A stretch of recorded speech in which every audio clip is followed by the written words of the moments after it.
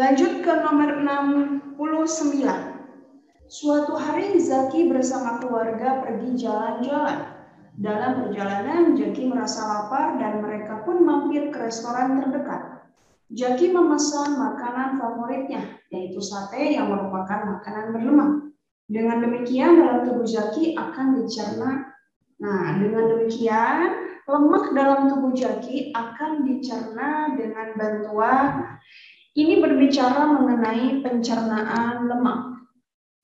Berbicara mengenai pencernaan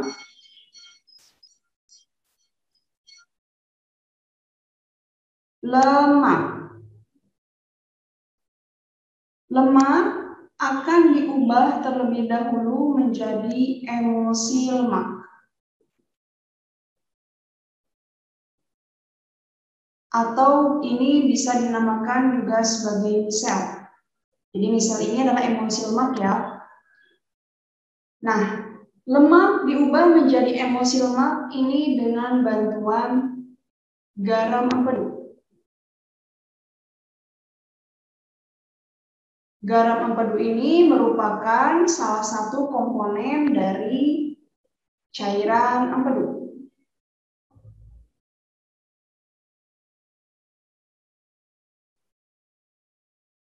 Cairan empedu ini terdiri dari dua hal ya. Pertama ada garam empedu dan yang kedua ada pigmen empedu. Garam empedu digunakan untuk mengemosi lemak. Untuk mengemosikan lemak. Sedangkan pigmen empedu akan dibuang bersama urin dan juga feses ya.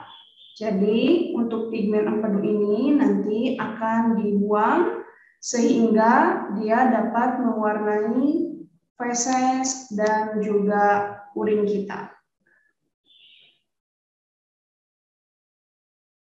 Oke, kembali lagi ke lemak. Lemak yang tadinya diuraikan dengan Oke, kembali lagi ke pencernaan lemak. Jadi lemak sebelum kita ubah menjadi asam lemak, dia harus diemulsikan terlebih dahulu menjadi emosi lemak atau misel dengan bantuan garam empedu. Selanjutnya, emosi lemak ini akan diurai menjadi asam lemak dengan bantuan enzim lipase. Nah, jadi emosi lemak ini nanti akan diurai menjadi asam lemak dengan hasil sampingnya berupa gliserol dengan bantuan enzim lipase. Dengan bantuan enzim lipase. Apa itu enzim lipase? Ini salah satu enzim yang terdapat maksud saya, apa itu lipase? Lipase merupakan salah satu enzim yang diproduksi oleh kelenjar pankreas, tapi dia bekerja di dalam usus halus. Nah, setelah asam lemak dan gliserol terbentuk, maka mereka akan diserap melalui pembuluh kil yang terdapat di dalam usus halus. Demikian. Nah, sekarang kita lihat untuk soal nomor 69. Jadi, dalam tubuh Zaki, lemak akan dicerna dengan bantuan apa? Pertama, dengan cairan empedu. Yang kedua, dengan lipase. Nah, otomatis jawabannya adalah 1 dan 3, yaitu B. Oke, kita bahas nomor 70. Variasi yang terjadi pada bentuk paruh burung finch yang terjadi di Kepulauan Galapagos merupakan hasil dari A. Evolusi progresif, B. Evolusi divergen, C. Evolusi regresif, D. Evolusi konvergen, atau E. Mikroevolusi. Baik, apa itu evolusi? Evolusi merupakan suatu perubahan secara bertahap. Perubahan secara bertahap dalam waktu yang lama. Proses evolusi dapat memakan waktu kurang lebih ratusan tahun, miliaran tahun, pokoknya bertahun-tahun. Nah, berbicara mengenai evolusi. Di sini ada beberapa istilah tentang evolusi. Ada yang dinamakan evolusi progresif. Ada yang dinamakan dengan evolusi regresif.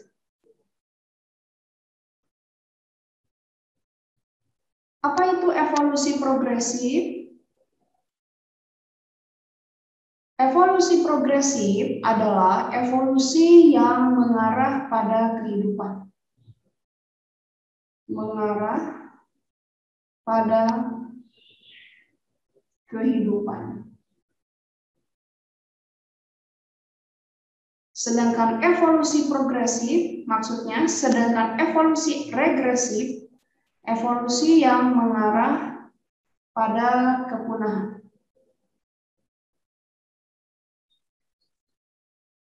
Nah, berbicara tentang progresif, tentang evolusi progresif. Ini contohnya, dulu ada, sekarang tidak ada. Kira-kira itu evolusi apa? Ya, di sini contohnya kita ya, manusia. Dari zaman dulu, dari zaman dahulu, manusia sudah hidup. Nah, sekarang kehidupan manusia masih tetap berlangsung. Oke, itu contohnya untuk evolusi progresif. Kalau untuk regresif, dulu ada, sekarang tidak ada. Artinya evolusinya mengarah pada kepunahan. Jadi tidak ditemukan saat ini. Contohnya adalah dinosaurus. Nah, kemudian di sini untuk variasi bentuk paruh burung finch yang terjadi di Kepulauan Galapagos, awalnya burung finch ini merupakan atau terdiri dari satu spesies ya. Satu spesies ini ternyata saat ini sudah berubah menjadi 14 spesies. Wow, so much. Kenapa? Di sini terjadi akibat burung finch mengalami adaptasi. Mengalami adaptasi terhadap lingkungan yang ada. Sebelum ke soal, kita lihat kembali apa itu evolusi divergen dan konvergen. Jika kita lihat evolusi, ini dibagi juga menjadi dua, ada evolusi konvergen dan divergen. Konvergen, jadi ini evolusi yang ujungnya mengerucut, gitu ya. Tapi kalau divergen, dia yang menyebar. Pengertian dari evolusi konvergen, awalnya dia memiliki banyak spesies, ya, banyak spesies. Karena habitatnya sama, menyebabkan bentuk dan struktur tubuhnya jadi sama. Nah, ini contohnya terdapat pada lumba-lumba dan hiu. Lumba-lumba merupakan spesies yang termasuk dalam mamalia, sedangkan hiu merupakan spesies yang termasuk Pisces. tetapi mereka memiliki bentuk tubuh yang sama, ya, yaitu berbentuk torpedo. Nah, lumba-lumba karena habitatnya dalam air, habitatnya sama dengan hiu, sehingga memiliki bentuk dan struktur tubuh yang sama. Berbeda dengan evolusi divergen. Awalnya spesiesnya hanya satu. Akibat habitat yang berbeda, dia harus beradaptasi dengan lingkungannya, sehingga bentuk dan struktur tubuhnya menjadi bervariasi atau berbeda. Ini terjadi pada burung finch. Burung finch ini awal mulanya terdiri dari satu spesies, yaitu pemakam biji-bijian. Sekarang sudah menjadi 14 spesies dengan bentuk paruh yang berbeda-beda. Karena burung finch telah mengalami adaptasi terhadap lingkungan yang menyebabkan bentuk dan struktur paruh mereka jadi berbeda. Seperti itu. Nomor 71. Hasil transkripsi diperoleh urutan basa nitrogen 3 jenis kodon pada dRNA atau RNAD adalah CAU, AUU, GCA. Pernyataan yang benar berkaitan dengan informasi tersebut adalah, kita harus mengetahui dulu apa itu kodon, apa itu antikodon, dan apa itu sense dan antisense. Ini materi tentang sintesis protein. Sintesis protein terdiri dari 2 tahap. Pertama, yang dinamakan dengan proses transkripsi. Dan yang kedua, translasi. Transkripsi terjadi dalam nukleus atau inti sel. Transkripsi terjadi dalam nukleus atau inti sel. Di sini terjadi pembentukan RNAD.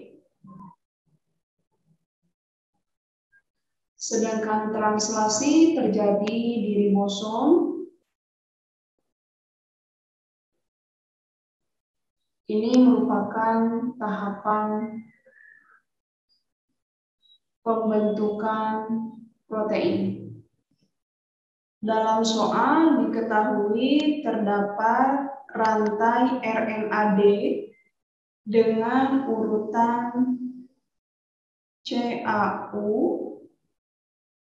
AUU, dan GCA. Seperti kita tahu bahwa RNAD ini membawa triplet yang dinamakan dengan kodon. Maka dari itu Kagina tuliskan RNAD ini atau kodon, gitu ya. Nah, menurut informasi tersebut, manakah pernyataan yang benar? Kita cari dulu apa itu antikodonnya. Antikodon dibawa oleh RNAT. Jadi ketika kalian akan mengubah kodon menjadi antikodon, kita ubah semua. Nah, sebelum ke sana, kita ingatkan kembali mengenai basa nitrogen yang terdapat pada DNA dan RNA. Basa nitrogen DNA terdiri dari adenin, guanin, sitosin, dan timin. Untuk sitosin boleh dilambangkan dengan S atau huruf C. Dan RNA terdapat basa nitrogen adenin, guanin, sitosin, dan urasil yang dilambangkan dengan huruf U. Nah, ketika terdapat kodon, kita akan menentukan antikodon, maka kita ubah semua basa nitrogen ini menjadi kebalikannya ya, atau menjadi pasangannya. Seperti misalnya C jadi G, karena pasangan C dengan G. C ini merupakan sitosin yang pasangannya dengan guanin. A ini adenin, dan adenin ini pasangannya dengan urasil. Kenapa harus dengan urasil? Karena di sini pada rantai RNA ya. Dengan demikian adenin berubah menjadi urasil. Urasil berubah menjadi adenin. Selanjutnya A menjadi U jadi A, dan A. Kemudian G, C, A. Di sini G berubah jadi C jadi G, A jadi U. Dengan demikian kita peroleh untuk rantai antikodon atau untuk RNAT-nya meliputi GUA, UAA, CGU. Selanjutnya kita mencari apa rantai antisensnya dan apa rantai sensnya. Untuk mencari sens dan antisens, kita harus mengetahui dulu ini merupakan rantai yang terdapat pada DNA. Dengan demikian, kita akan memakai basa nitrogen AgCT atau AgST ya. Nah, baik. Kita ubah sekarang. Kita tentukan dulu apa yang menjadi urutan antisens. Antisens ini berperan sebagai cetakan.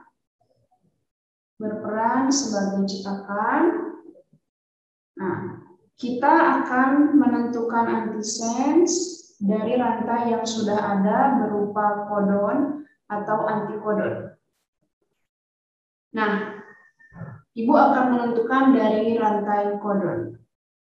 Di sini CAU, AUU, GCA. Kita ubah CAU. Jadi, ubahnya seperti apa? Ubahnya semua. Jadi, kita ganti dengan pasangan basa nitrogennya. Kita akan menentukan rantai antisens dari kodon. Karena dalam soal terdapat diketahui kodon ya.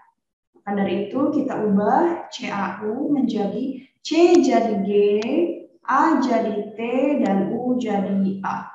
Kemudian A jadi T, UU-nya jadi AA. Jadi AU kita ubah menjadi TAA. GCA, G jadi C jadi G, dan A jadi T. Dengan demikian, rantai antisens sudah diperoleh. Kita cari apa rantai sensnya. Untuk rantai sens, di sini kebalikan dari antisens. Maka kalau misalnya di sini ada GTA, jadi kita ubah menjadi G jadi C, T jadi A, dan A menjadi T. TAA, T jadi A jadi T, A jadi T. Dan CGT kita ubah menjadi GCA. Dengan demikian, rantai sens sudah diperoleh. Kita cek ke soal. Pernyataan yang benar berkaitan dengan informasi tersebut. Urutan basa pada untai cetakan DNA adalah, nah, cetakan ini tadi seperti Ibu katakan, dia adalah antisens. Apakah benar? GTA, TAA, CGT, GTA, TAA, CGT. Wah, berarti benar. Untuk antikodon pada tRNA komplement dengan kodon pada mRNA. Betul. Komplement itu jadi memiliki pasangannya, ya. Oke, kemudian urutan antikodon pada tRNA atau pada antikodonnya atau antikodonnya ini adalah gua UAA CGU. Ini ya antikodonnya GUA UAA CGU. Ini ya, betul. tRNA membawa jenis asam amino yang disandikan oleh. Nah, tRNA ini merupakan antikodon untuk mensandikan jenis asam amino yang dibawa. Ini harus melihat dari rantai kodon. Apakah rantai kodonnya CAU, AUU, GCA? Ya, berarti betul ya. CAU, AUU, dan GCA. Dengan demikian, 4 juga benar. Maka dari itu, jawabannya adalah benar semua, yaitu E. Lanjut ke nomor 72. Pernyataan yang benar mengenai mitokondria dan kloroplas. Yaitu, 1. Memiliki membran rangkap, 2. terlibat dalam proses fosforilasi, 3. mengandung ribosom, 4. terdapat pada semua jenis sel. Kita gambarkan terlebih dahulu untuk mitokondria.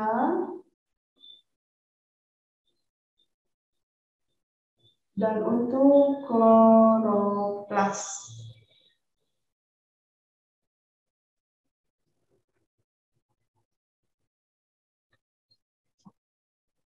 Baik, kita berikan keterangan. Mitokondria ini memiliki membran ganda. Pertama, ada membran luar, kemudian membran dalam, dan membran dalam yang melekuk ke dalam ini dinamakan dengan krista. Selain itu, mitokondria memiliki matriks atau cairan mitokondria. Nah, di sini pun mitokondria memiliki DNA. DNA pada mitokondria bersifat semi-otonom. Artinya DNA ini akan bekerja jika diperintah oleh inti. Oke, kita lihat dulu kloroplas. Kloroplas merupakan salah satu organel sel yang terdapat pada sel tumbuhan. Di sini terdiri dari membran luar dan juga membran dalam. Untuk cairannya kita namakan dengan stroma. Nah, ini merupakan kumpulan atau tumpukan dari koin-koin yang terlihat. Nah, koin-koin ini merupakan tilakoid. Kemudian tumpukannya akan membentuk grana. Dalam stroma juga terdapat yang namanya DNA yang sifatnya sama, yaitu semi-otonom.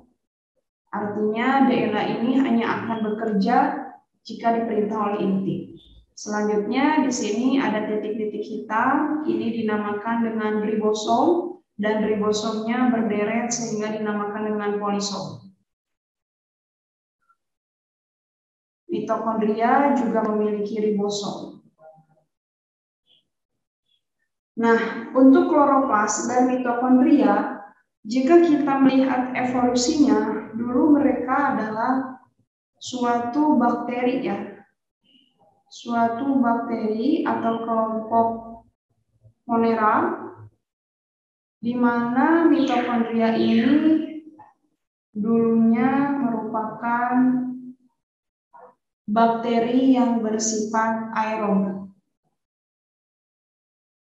Sedangkan kloroplas dulunya merupakan monera atau bakteri yang bisa berfotosintesis.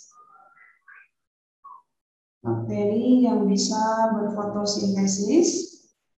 Kemudian keduanya ini melakukan endosimbiosis terhadap bakteri yang lain. Mereka melakukan proses endosimbiosis pada bakteri lain sehingga bakteri aerob ini berubah berevolusi menjadi mitokondria dan bakteri fotosintesis ini berevolusi menjadi kloroplas. Dengan demikian, di dalam mitokondria dan juga kloroplas terdapat DNA dan ribosom. Kita kembali ke soal. Jadi, pernyataan yang benar mengenai mitokondria dan kloroplas itu memiliki membran ganda terangkap, terlibat dalam proses fotosintesis, betul. Mitokondria terlibat dalam proses pembentukan energi sama halnya dengan kloroplas. Dengan demikian, mitokondria pun mendapat julukan. Dia dijuluki sebagai the house of power. Nah, kloroplas juga demikian. Dia dapat menghasilkan energi terutama dalam salah satu tahapan fotosintesis. Salah satu tahapan fotosintesis yang bernama reaksi terang. Salah satunya di sini terdapat proses fotofosforilasi yang merupakan proses pembentukan energi yang terjadi di bagian grana atau tilakoid, tepatnya di bagian membran tilakoid. Fotofosforilasi ini merupakan proses yang penting untuk membentuk energi atau ATP yang menjadi salah satu bahan baku untuk reaksi gerak. Dengan demikian, di sini terlibat dalam proses fosforilasi itu benar, mengandung ribosom betul, terdapat pada semua sel salah. Karena mitokondria dan kloroplas itu mitokondria hanya terdapat pada sel hewan dan sel tumbuhan, juga ada pada sel bakteri, tapi strukturnya tidak dinamakan mitokondria, tapi disebut dengan atau identik dengan mesosom. Nah, untuk kloroplas ini hanya terdapat pada sel tumbuhan saja. Dengan demikian, terdapat pada semua sel itu kurang tepat. Jadi yang betul adalah 1, 2, 3. Jadi jawabannya adalah A. Baik. Sekarang kita bahas soal nomor 73. Reaksi siklus Kelvin tidak secara langsung tergantung pada cahaya, tetapi biasanya tidak terjadi pada malam hari. Hal ini terjadi karena, kita bahas. Berbicara mengenai siklus Kelvin. Siklus Kelvin merupakan salah satu dari reaksi yang terjadi pada fotosintesis. Jadi kita hari ini berbicara mengenai fotosintesis. Dalam fotosintesis terjadi dua reaksi, ada yang dinamakan dengan reaksi terang dan reaksi gelap. Reaksi terang disebut juga sebagai siklus Hill. Siklus Hill. Sedangkan reaksi gelap disebut juga sebagai siklus Kelvin. Oke, kita bahas satu persatu ya. Yang pertama, untuk reaksi terang. Reaksi terang terjadi di bagian kloroplas yang bernama grana. Tepatnya pada satuan grana yang disebut dengan tilakoid, tepatnya lagi di bagian membran tilakoid. Kemudian reaksi terang disebut juga sebagai reaksi light dependent. Artinya reaksi ini membutuhkan cahaya, tergantung pada cahaya. Butuh cahaya. Kemudian, apa tujuan reaksi terang? Tujuan reaksi terang adalah untuk membentuk bahan baku yang dibutuhkan dalam reaksi gelap berupa ATP dan NADPH2. Sehingga yang namanya reaksi terang ini harus terjadi di siang hari. Karena reaksi terang ini membutuhkan cahaya atau sangat bergantung pada cahaya. Selanjutnya yang kedua, reaksi gelap. Reaksi gelap disebut juga sebagai siklus Kelvin atau Kelvin-Benson. Reaksi gelap terjadi di kloroplas di bagian stroma yang merupakan cairan atau matriks kloroplas. Selanjutnya, reaksi gelap secara tidak langsung dia tidak butuh cahaya secara tidak langsung ya. Jadi ibu katakan sebagai light independent. Namun bukan berarti reaksi ini tidak membutuhkan cahaya, benar-benar tidak membutuhkan cahaya, gitu ya. Bukan berarti seperti itu, tetapi light independent di sini siklus Kelvin tidak secara langsung bergantung pada cahaya. Karena kita lihat dulu di sini tujuannya. Tujuan dari reaksi gelap adalah untuk membentuk glukosa. Nah, dalam proses pembentukan glukosa yang terjadi pada reaksi gelap di sini, ini membutuhkan bahan baku berupa ATP dan NADPH2. Dengan demikian, dikatakan bahwa siklus Kelvin tidak secara langsung tergantung pada cahaya. Seperti itu. Tetapi, reaksi gelap tidak akan terjadi jika bahan bakunya tidak terbentuk. Maka dari itu, ini pun menjadi alasan siklus Kelvin tidak secara langsung tergantung pada cahaya. Jelas ya? Baik, kita kembali lagi ke soal. Reaksi siklus Kelvin tidak secara langsung tergantung pada cahaya, tetapi biasanya tidak terjadi pada malam hari. Hal ini terjadi karena pertama, bahan baku dari siklus Kelvin tergantung pada produk dari reaksi cahaya atau reaksi terang. Itu betul. Nah, untuk reaksi cahaya di sini artinya reaksi terang, ya. Selanjutnya, konsentrasi CO2 di udara menurun pada malam hari.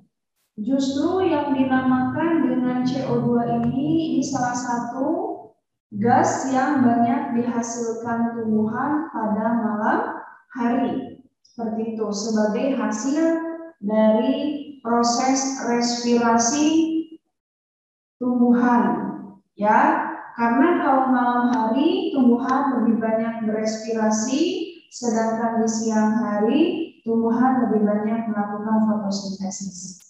Oke. Kemudian selanjutnya enzim Rubisco diperlukan untuk memfiksasi cahaya. Dalam reaksi gelap, CO2 akan difiksasi oleh suatu senyawa bernama RUBP menjadi fosfoglycerat atau kita singkat dengan PGA. Nah, di sini dia meminta bantuan pada enzim Rubisco. Jadi, enzim Rubisco ini diperlukan untuk memfiksasi, untuk membantu proses fiksasi CO2 oleh RUBP seperti itu. Oke. Nah, jadi di sini enzim Rubisco diperlukan untuk memfiksasi cahaya, itu salah. Cahaya matahari secara langsung dapat menghambat fotosintesis. Tidak ya, justru dengan adanya cahaya matahari ini nanti akan ada energi foton yang keluar, dan energi foton ini dapat ditangkap oleh klorofil.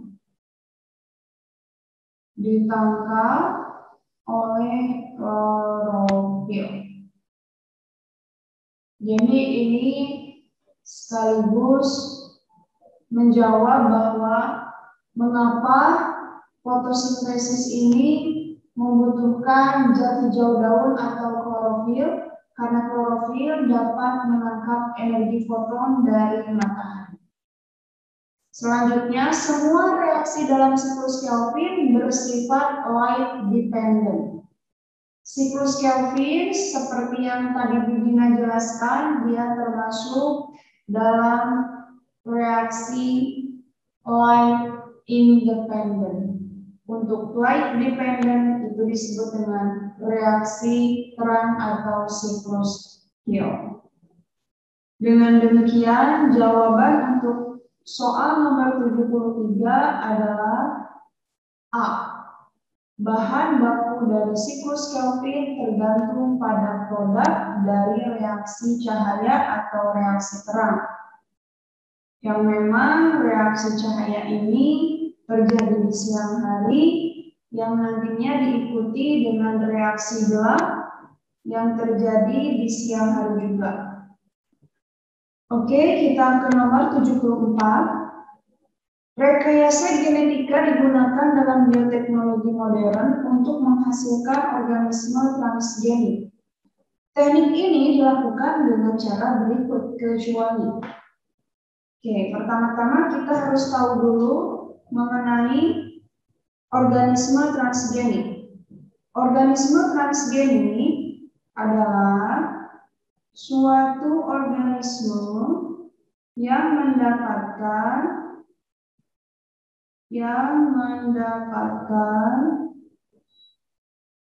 transferan gen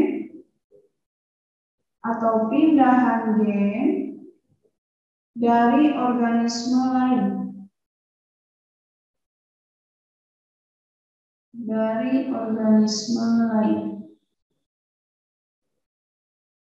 Contohnya adalah misalnya tumbuhan transgenik, khususnya kapas transgenik. Kapas transgenik ini adalah kapas anti serangga. Selain itu juga tanaman transgenik bisa kita buat menjadi atau contohnya tomat anti busuk. Selain dari tumbuhan, organisme lain yang dapat dijadikan organisme transgenik itu adalah sapi. Contohnya sapi BST. Apa itu BST? BST singkatan dari bovine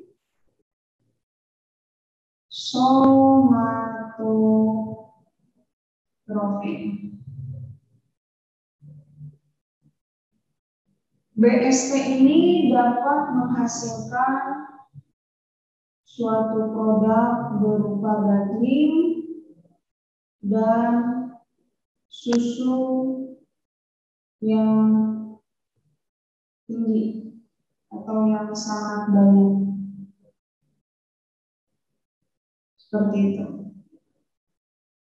Baik, bagaimana teknik yang dilakukan dengan cara teknik plasmid ini untuk membuat organisme transgenik dapat dilakukan dengan teknik plasmid.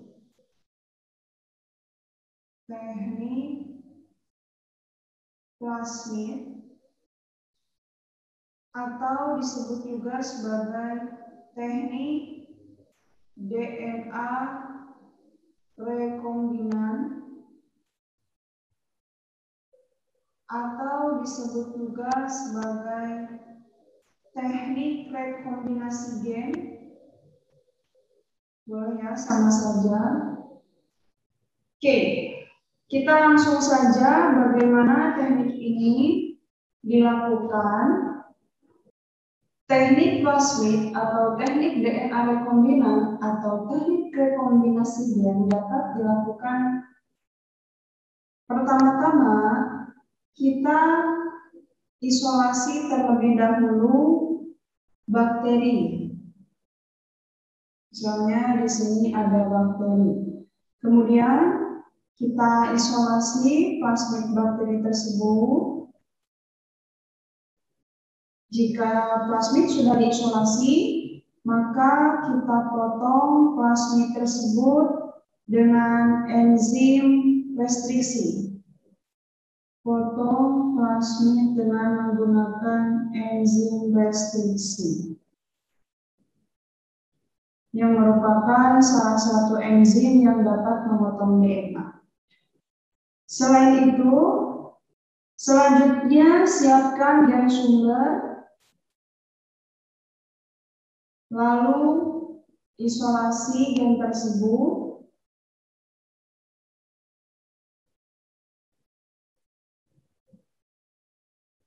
Setelah siap, potongan plasmid dan juga gen sumber, maka sisipkanlah gen sumber tadi ke dalam plasmid bakteri yang sudah dipotong dengan enzim restriksi. Selanjutnya terbentuklah plasmid rekombinan. Jika sudah terbentuk plasmid rekombinan, masukkan kembali plasmid ini